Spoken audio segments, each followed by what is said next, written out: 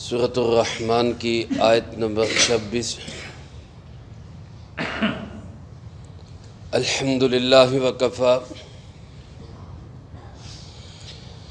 وسلام علی عبادہ الذین اصطفی، خصوصاً علی سید الرسل وخاتم الانبیاء وعلی آلہ واصحابہ الاتقیاء۔ اما بعد فاعوذ باللہ من الشیطان الرجیم، بسم اللہ الرحمن الرحیم۔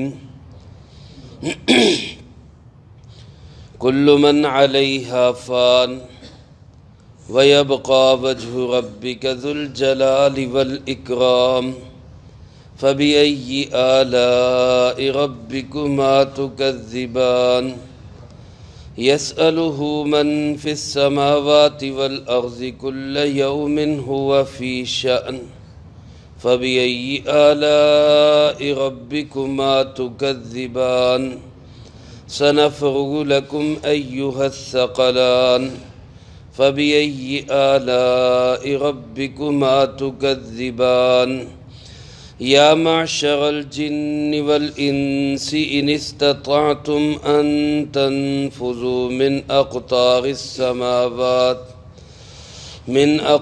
السماوات والارض فانفذوا لا تنفذون الا بسلطان، فبأي آلاء ربكما تكذبان، يرسل عليكما شواظ من نار ونحاس فلا تنتصران، فبأي آلاء ربكما تكذبان۔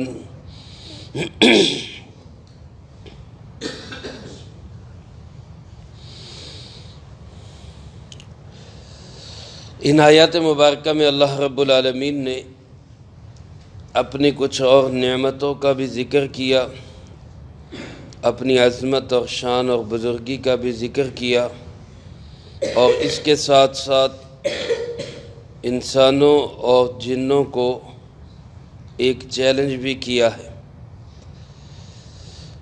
پچھلی آیات میں زمین کا ذکر ہوا، والارض وضعها للانام، ہم نے اس زمین کو بچھایا ہے جانداروں کے لیے، انسان اور جنات بالخصوص ان کے لیے یہ زمین نعمت ہے۔ اس زمین پر پہلی مخلوق جنات تھے، انسان سے بھی پہلے، اور پھر اللہ رب العالمین نے انسان کو عظمت دی، شان دی، بزرگی دی، کبریائی دی، انسان کو اپنا خلیفہ بنایا، اور زمین کا اس کو اللہ پاک نے اپنا نائب قرار دیا، سب سے افضل مخلوق قرار دیا۔ پھر اسی انسان اور جن کو اللہ پاک یاد دلا رہے کہ کل من علیہا فان، اس زمین پر جو کوئی بھی ہے وہ سب کے سب فنا ہونے والے ہیں۔ فنا تو سارے ہی ہوں گے، زمین پہ جو ہیں وہ بھی فنا ہوں گے، جو زمین پہ نہیں ہیں وہ بھی فنا ہوں گے، آسمان کی بلندیوں میں جو ہیں وہ بھی سب جائیں گے، لیکن خاص طور پہ زمین کا ذکر اس لیے کیا کہ مخاطب انسان اور جنات ہیں۔ یہ چونکہ زمین پہ آباد ہیں، اس لیے خصوصیت کے ساتھ زمین کا ذکر کرتے ہوئے فرمایا کل من علیہا فان، اس زمین پر جو کوئی بھی ہے وہ سب فانی ہے۔ انسان ہے، وہ بڑے سے بڑا مالدار ہے، بڑے سے بڑا چودھری ہے، وہ بڑے سے بڑا وزیر اعظم بادشاہ ہے، سب فنا ہونے والے۔ بقا کس کو ہے؟ فرمایا وَيَبْقَى وَجْهُ رَبِّكَ ذُو الْجَلَالِ وَالْإِكْرَامِ، باقی رہے گا تیرے رب کا چہرہ۔ وجہ عربی زبان میں چہرے کو کہتے ہیں، اور بعض اوقات چہرے کا لفظ بول کے ذات مراد لی جاتی، ذات خداوندی، اللہ رب العالمین کی ذات، یہ باقی رہے گی، باقی سب فنا ہونے والا۔ لیکن یہاں پہ جناب محمد کریم صلی اللہ علیہ وسلم کی عظمت اور شان اور بلندی بھی دیکھیں کہ اللہ پاک نے یہاں یہ نہیں فرمایا رب العالمین باقی رہے گا، یہاں یہ نہیں فرمایا کہ آسمانوں کا رب باقی رہے گا، یہاں یہ نہیں کہا کہ زمینوں کا رب باقی رہے گا، بلکہ کیا فرمایا؟ تیرا رب باقی رہے گا۔ وَيَبْقَى وَجْهُ رَبِّكَ، آپ صلی اللہ علیہ وسلم کو مخاطب کیا گیا۔ کہیں تو آپ کی شان یہ ہے کہ اللہ پاک آپ کو فرماتے ہیں عبدہ، میرا بندہ ہے، یہ میرا بندہ ہے، اور کہیں آپ کی شان یہ ہے کہ اللہ فرماتے ہیں میرے محبوب میں تیرا رب ہوں۔ یہ جناب محمد کریم صلی اللہ علیہ وسلم کی عظمت ہے۔ اللہ ہم سب کو آپ کی عظمت کی قدر کی توفیق نصیب فرمائے۔ فرمائے تیرے رب کا چہرہ، تیرے رب کی ذات باقی رہے گی، جو رب کیسا ہے؟ ذوالجلال والاکرام، عظمت والا بھی ہے، عزتوں والا بھی ہے۔ عام طور پہ جن کو دنیا کے اندر عظمتیں حاصل ہوتی ہیں ان کی عزتیں نہیں ہوتی، یا وہ اپنی عزتوں کو خود پامال کر لیتے، الا قلیل، جس کی اللہ حفاظت فرمائے۔ ورنہ آپ دنیا میں دیکھیں، بلکہ دور نہ جائیں، اپنے پاکستان کی تاریخ کوئی دیکھیں، جس کو عظمت ملتی ہے بعد میں اسی پہ تھو تھو ہوتی، اسی پہ لعنتیں پڑتی، کیونکہ وہ اپنی عزت کو گوا لیتے ہیں۔ لیکن اللہ رب العالمین ایسی عظمتوں والا ہے، ایسا ذوالجلال ہے کہ وہ عظمت والا بھی ہے اور اس کے ساتھ ساتھ عزتوں والا بھی۔ بلکہ علماء نے لکھا ہے کہ اس سے مراد یہ بھی ہے کہ اللہ باقی رہے گا، اور اللہ کے ساتھ جو چیز جڑ جائے گی وہ باقی رہے گی۔ ایک معنی تو یہی کہ ذات خداوندی باقی رہے گی، اللہ رب العالمین خود باقی رہے گا، اور ایک یہ کہ جس چیز کی نسبت اللہ کے ساتھ ہو جائے گی وہ باقی رہے گا۔ مثلا جس عمل کی نسبت، جس کام کی نسبت، جس خرچے کی نسبت اور جس جد و جہد کی نسبت اللہ کے ساتھ جڑ جائے گی، یہ سارے اعمال باقی رہیں گے۔ جیسا کہ دوسری جگہ سورۃ نحل میں اللہ پاک ارشاد فرماتے ہیں ما عندکم ینفد وما عند اللہ باق، جو تمہارے پاس ہے یہ سب فنا ہو جائے گا، اور جو اللہ کے پاس ہوگا وہی باقی رہے گا۔ تو گویا جو انسان نے جوڑ کے رکھا وہ فنا والا ہے، جس کو اللہ کے پاس بھیج دیا، اللہ کی راہ میں خرچ کر دیا، وہ ہمیشہ ہمیشہ باقی رہے گا۔ ایسے ہی جو عمل اللہ کی ذات کے ساتھ جڑے گا وہ باقی رہے گا۔ اور ایک معنی ذوالجلال والاکرام کا بعض علماء نے یہ لکھا ہے کہ وہ عظمتوں والا ہو کر بھی چھوٹوں پہ شفقت کرتا ہے۔ عام طور پہ جس کو ذرا سے پار لگ جائے وہ اپنے چھوٹوں کو اہمیت نہیں دیتا، وہ کم درجے والوں کو عزت نہیں دیتا، لیکن اللہ رب العالمین سارے بادشاہوں کا بادشاہ، مالک الملک، شہنشاہوں کا شہنشاہ، وہ اللہ ایک عام سے عام بندے کی پکار کو بھی سنتا ہے، اس کو بھی عزت دیتا ہے، اس کو بھی احترام دیتا ہے۔ تو یعنی یا تو اللہ خود عزتوں والا ہے، یا دوسرا معنی کہ اللہ عزتیں دینے والا ہے، پکاریں سننے والا ہے، کام کرنے والا ہے، لوگوں کی باتیں سننے والا ہے۔ یہ اللہ رب العالمین جس کی یہ دو صفات ہے ذوالجلال والاکرام۔ علماء نے لکھا ہے کہ یہ دو لفظ، یہ دو نام اللہ رب العالمین کے ایسے نام ہیں، ان ناموں کے ساتھ اللہ پاک سے جو بھی دعا کی جائے اللہ اس کو قبول فرماتے ہیں۔ اللہ ہمیں اس کا یقین نصیب فرمائے۔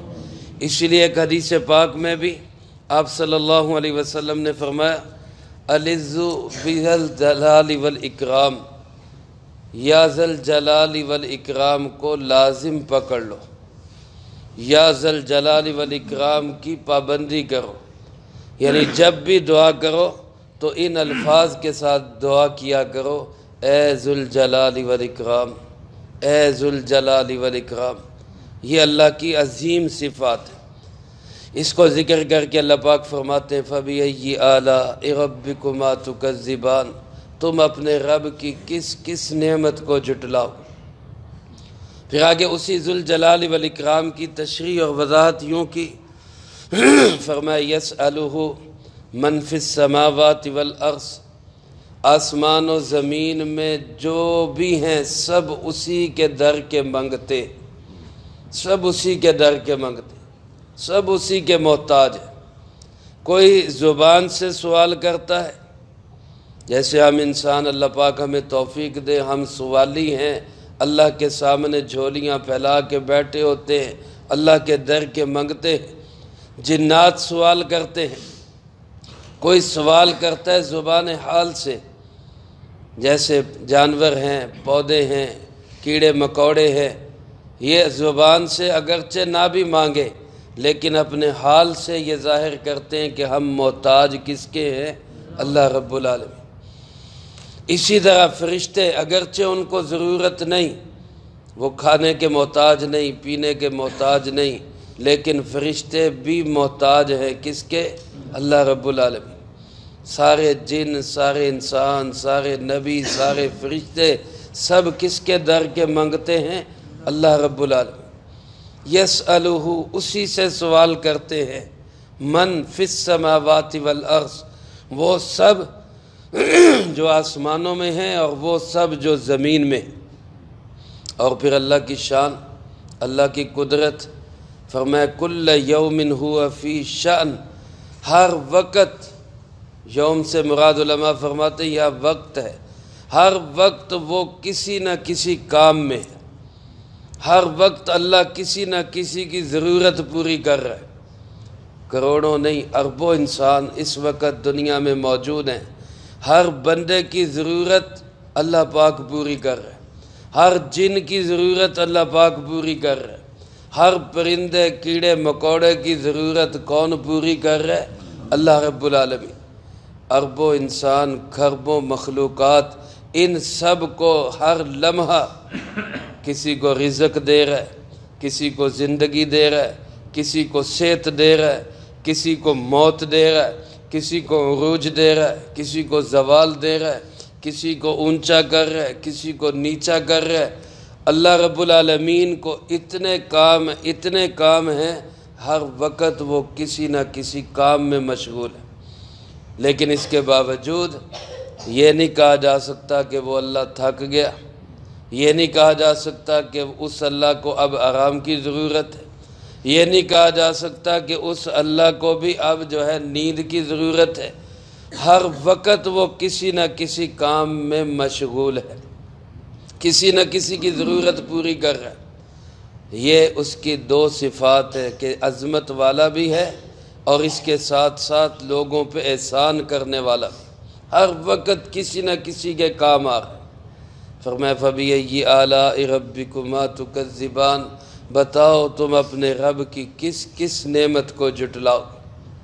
پھر اللہ پاک فرماتے ہیں یہ تو دنیا میں ہے، سَنَفْرُغُ لَكُمْ أَيُّهَ الثَّقَلَانِ، ان قریب ہم فارغ ہو رہے ہیں تمہارے لیے اے دو بوجھل گروہ۔ یہاں دو لفظ تشریح کے قابل، ایک تو فراغت، ہم فارغ ہو رہے ہیں۔ فارغ تو بندہ وہ ہوتا ہے جو کہتا ہے یار میں پہلے ایک کام میں مشغول تھا، اب میں ادھر سے فارغ ہو جاؤں پھر آپ کا کام کرتا ہوں۔ اللہ رب العالمین تو ایسا قادر مطلق ہے کہ ایک کام میں ہوتے ہوئے بھی دوسرا کام کر رہا ہے، ہر وقت میں کام کر رہا ہے۔ اس کو فراغت، اللہ رب العالمین کو تو اس کی ضرورت ہی نہیں، لیکن پھر یہ کہنا کہ ہم فارغ ہو رہے ہیں، تو علماء نے اس کا مطلب یہ بیان کیا ہے، فارغ ہونے کا معنی ہے کہ ہم مکمل طور پہ تمہاری طرف متوجہ ہو رہے ہیں، مکمل طور پہ۔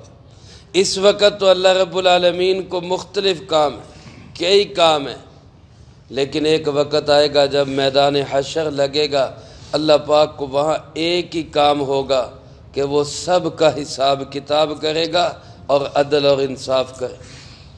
یہ کام ہے ایک، جس کے لیے اللہ فرما رہے ہیں ہم فارغ ہو رہے ہیں۔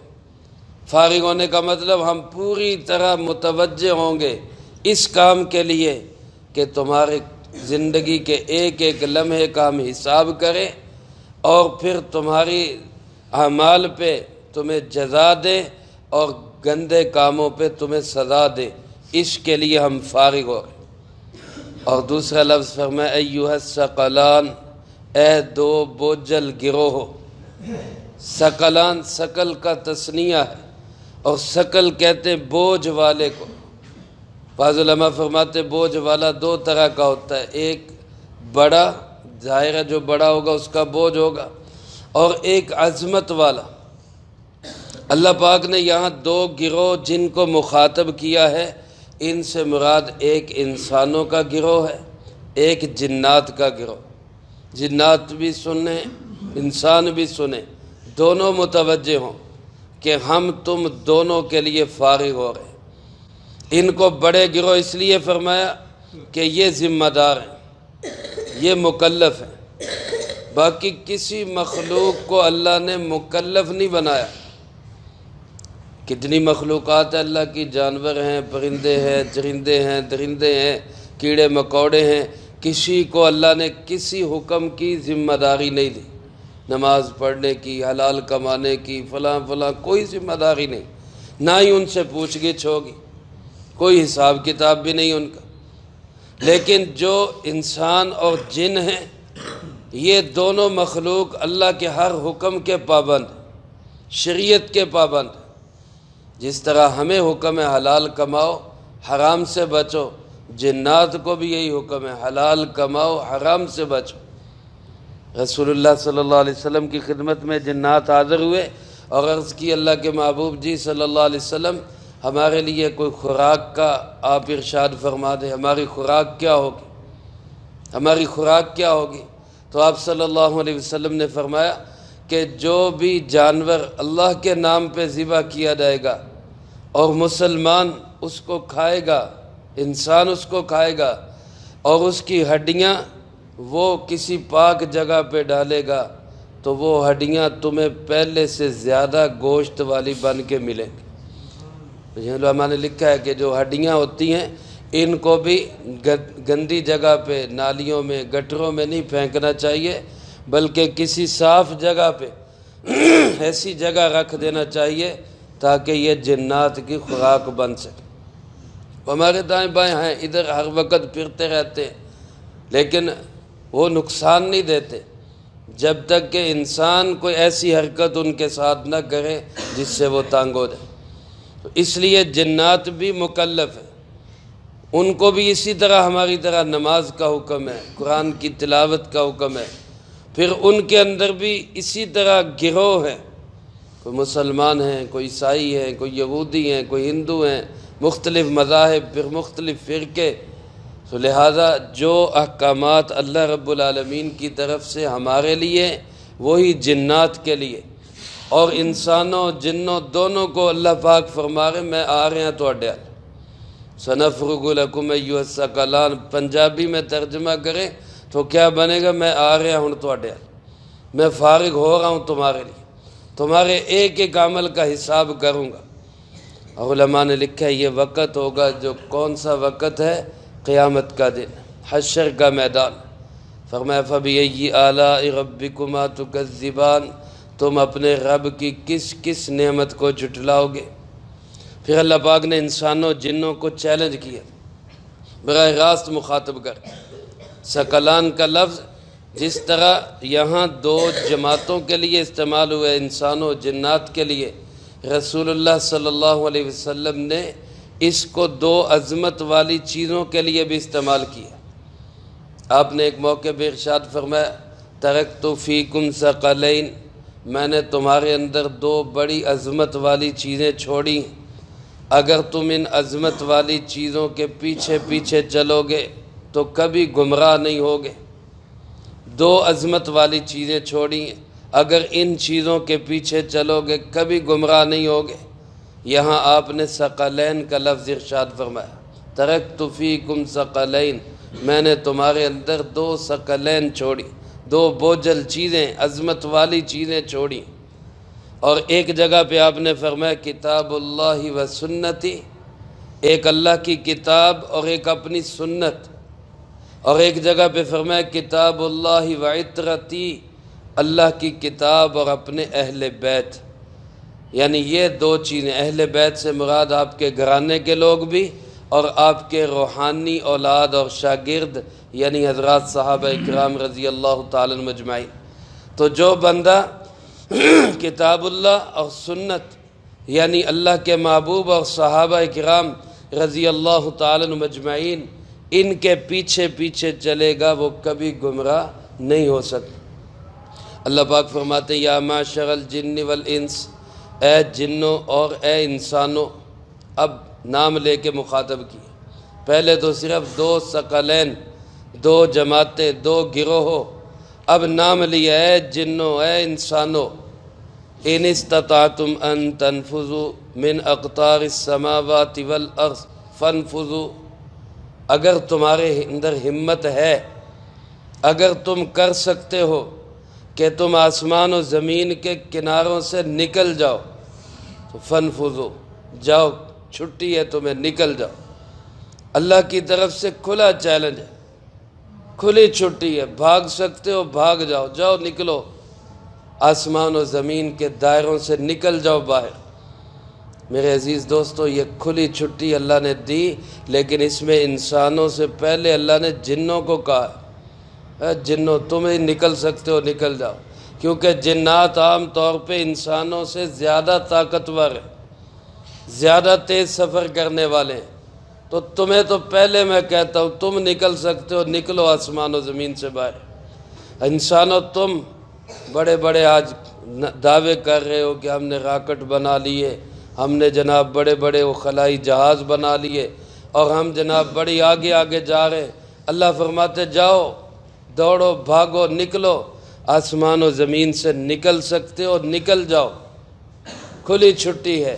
لیکن فرمایا لا تنفذون الا بسلطان، تم اللہ کی قدرت اور بس سے نکل ہی نہیں سکتے اپنی طاقت کے ساتھ، تمہارے اندر اتنی ہمت ہی نہیں کہ تم اللہ کی سلطنت سے باہر نکل جاؤ، یہ تمہیں قوت و پاور ہی حاصل ہے۔ علماء فرماتے یا تو یہ دنیا سے مراد ہے، دنیا میں بھی کوئی انسان اللہ کی خدائی سے باہر نکل نہیں سکتا۔ آج لوگ کہتے ہیں نہیں ہم زمین سے نکل گئے، خلا میں چلے گئے، چاند پہ چلے گئے، مریخ پہ چلے گئے، چلو بھئی جہاں بھی چلے جاؤ وہاں رب کون ہے؟ اللہ ہی ہے۔ سورج پہ چلے جاؤ، مریخ پہ چلے جاؤ، چاند پہ چلے جاؤ، اس سے بھی دور چلے جاؤ، سب جگہ پہ رب کون ہے؟ اللہ۔ اور سب جگہ پہ نبی کون ہے؟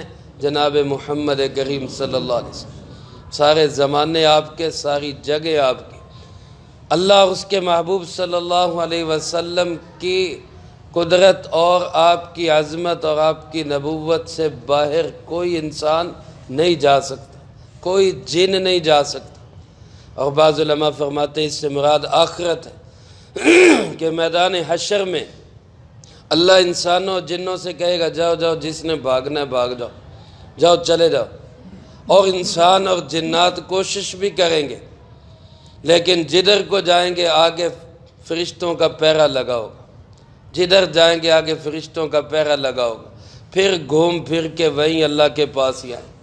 اللہ فرماتے ہیں جاؤ جہاں جا سکتے ہو جاؤ۔ فرمایا فَبِأَيِّ آلَاءِ رَبِّكُمَا تُكَذِّبَانِ، بتاؤ تم اپنے رب کی کس کس نعمت کو جھٹلاؤ گے۔ فرمایا اگر بھاگنے کی کوشش کرو گے تو یُرْسَلُ عَلَيْكُمَا شُوَاظٌ مِّن نَّارٍ، پھینک کے مارا جائے گا تمہیں آگ کا شعلہ، وَنُحَاسٌ، اور دھواں۔ علماء فرماتے شواظ اس آگ کو کہتے ہیں جس میں دھواں نہ ہو، اور نحاس اس دھوئیں کو کہتے ہیں جس میں آگ نہ ہو۔ یعنی کبھی تو آگ کے شعلے اور کبھی دھوئیں کا عذاب، جدھر بھی جاؤ گے تمہیں اسی کا سامنا کرنا پڑے گا۔ فَلَا تَنْتَصِرَانِ، اور تم رب سے انتقام بھی نہیں لے سکتے، تم بدلہ بھی کوئی نہیں لے سکتے۔ اس کے آخر میں بھی فرمایا فَبِأَيِّ آلَاءِ رَبِّكُمَا تُكَذِّبَانِ، بتاؤ تم اپنے رب کی کس کس نعمت کو جھٹلاؤ۔ اب سوال ذہن میں آتا ہے اور یہ سوال ہندوؤں نے کیا بھی ہے، دیانت سرسوتی ہندوؤں کا آریہ سماج کا ایک بڑا رہنما تھا، اس نے یہ سوال اپنی کتابوں میں اٹھایا بھی ہے کہ ایک طرف تو مسلمانوں کا رب آگ کے ڈراوے دے رہا ہے، دھوئیں کے عذاب کی دھمکیاں دے رہا ہے، اور دوسری طرف کہہ رہا ہے تم اپنے رب کی کس کس نعمت کو جھٹلاؤ گے؟ بھئی اس میں کیا نعمت ہے؟ اس میں کیا نعمت ہے؟ تو حضرت شاہ عبدالحق، حضرت شاہ عبدالقادر رحمۃ اللہ علیہ نے اس کا جواب اپنے ترجمہ کے اندر حاشیے میں دیا ہے۔ حضرت فرماتے اللہ رب العالمین نے وہ واقعات جو صدیوں بعد ہونے ہیں وہ پہلے ہی بتا دیے، خبردار کر دیا، آگاہ کر دیا، تاکہ عبرت حاصل کرنے والا عبرت حاصل کر لے۔ یہ اللہ کی نعمت ہے یا نہیں؟ جو واقعات ابھی ہونے ہیں، جو کام ابھی ہونے ہیں، اللہ نے اس سے آگاہ کر دیا، یہ اللہ کی نعمت ہے۔ ایک مجرم کو اچانک پکڑ لیا جائے وہ تو بیچارہ پھنس جائے گا، ایک مجرم کو بتا دیا جائے کہ بھائی باز آ جاؤ ورنہ یہ حالات پیش آئیں گے، تو یہ اللہ کی نعمت ہے یا نہیں؟ اللہ نے اپنی اسی نعمت پہ پوچھا ہے کہ میں تمہیں بتا رہا ہوں، آگاہ کر رہا ہوں، خبردار کر رہا ہوں، ڈرا رہا ہوں تمہیں، تاکہ تم بچ جاؤ اور میری رحمت کے مستحق بن جاؤ۔ اب بتاؤ اپنے رب کی کس کس نعمت کو جھٹلاؤ؟ تو ہم ان ساری نعمتوں کے آخر میں کیا کہیں گے؟ اللہ نہیں، ہم تیری کسی نعمت کا انکار نہیں کرتے، اللہ ساری نعمتوں پہ ہم تیرا شکر ادا کرتے۔ اللہ مجھے آپ کو سب کو اپنی نعمتوں کی قدر اور شکر کی توفیق نصیب فرمائے، جو کہا سنا اس کو زندگی میں لا کے دوسروں تک پہنچانے کی توفیق عطا فرمائے۔ اللہم انت السلام و منک السلام، تبارک ربنا و تعالی۔